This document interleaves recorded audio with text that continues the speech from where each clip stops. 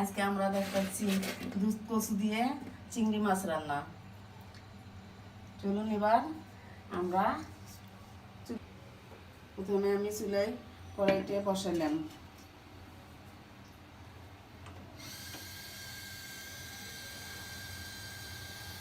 পাতিল গরম হয়ে গেছে, এবার আমি তেল দিয়ে দিচ্ছি। তেল গরম হয়ে গেছে, একসাথে আমি পেঁয়াজ আর কাঁচামরিচ দিয়ে দিচ্ছি।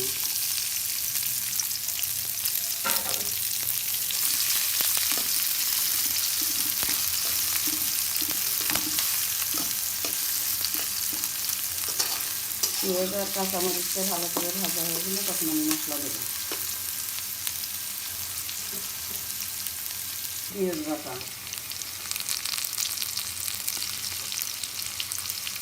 একটু জিরে বাটা,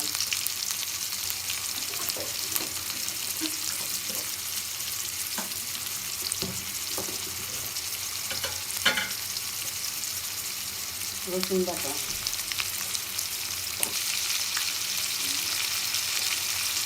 লবণ,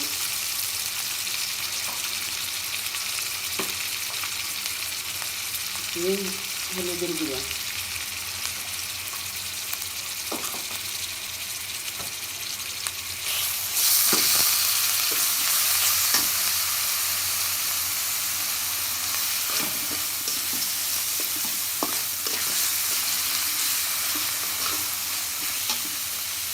দিয়ে দিচ্ছি একটু সামান্য পরিমাণে পানি।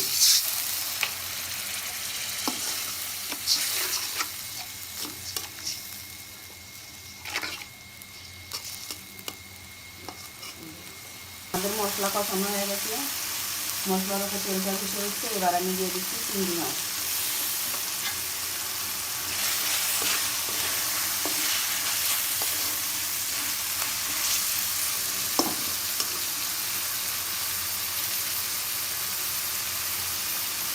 আমাদের চিংড়ি মাছটা কষানো হয়ে গেছে, এবার আমি কচু ঢেলে দেবো।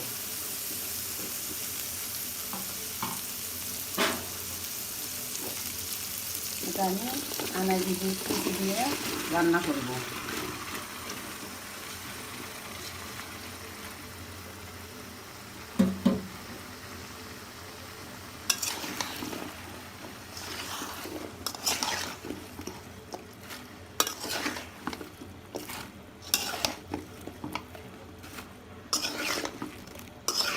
এই কচু দিয়ে চিংড়ি মাছ রান্না করলে অনেক স্বাদের হয়ে যায়।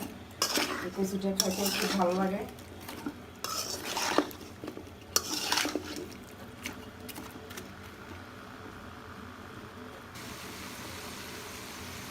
কচুটা আমার কষানো হয়ে গেছে, খুব সুন্দরভাবে কচুটা কষানো হয়ে গেছে। এবার আমি এর মধ্যে একটু পানি দিয়ে নেব।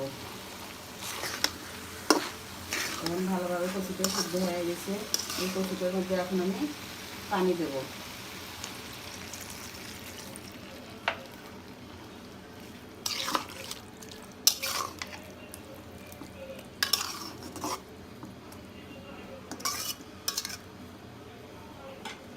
আমি ঢাকনা বন্ধ করে, এবার আমি ঢাকনা বন্ধ করে দিচ্ছি। কচুটা ভালোভাবে সিদ্ধ হয়ে গেলে আবার আমি ফিরে আসবো। আমি ঢাকনাটা উঠে নিলাম।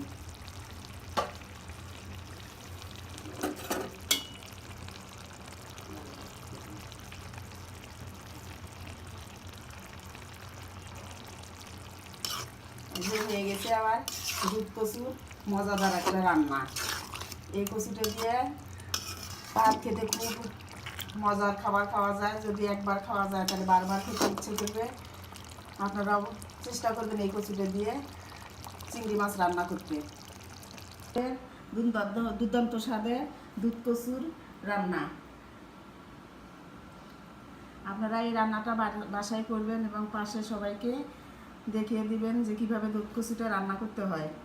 এই কচুটা একবার রান্না করলে বারবার রান্না করতে ভালো লাগবে এবং খেতেও সুস্বাদু।